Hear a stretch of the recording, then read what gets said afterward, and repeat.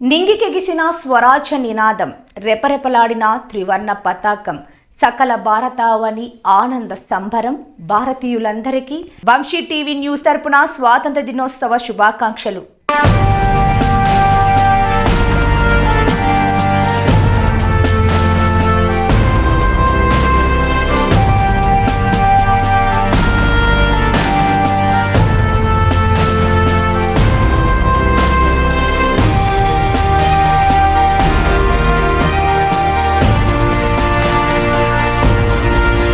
Welcome to Vamshi TV. బరువు తగ్గాలని చాలా మంది అన్నం బదులు రొట్టెలు తింటున్నారు.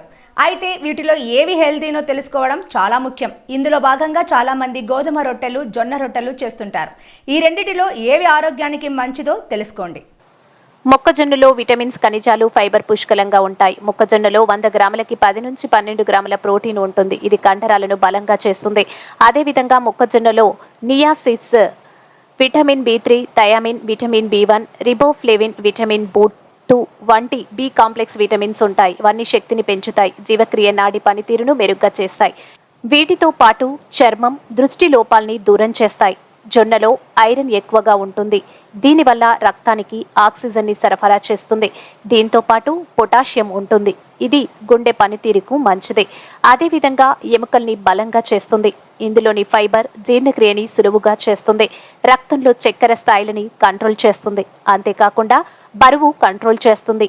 యాంటీ ఆక్సిడెంట్స్ కంటెంట్ కారణంగా వాపుని తగ్గిస్తుంది. దీంతో పాటు ఇమ్యూనిటీ పవర్ని పెంచుతుంది. కాబట్టి జొన్నల్ని మీ డైట్లో ఖచ్చితంగా చేర్చుకోండి.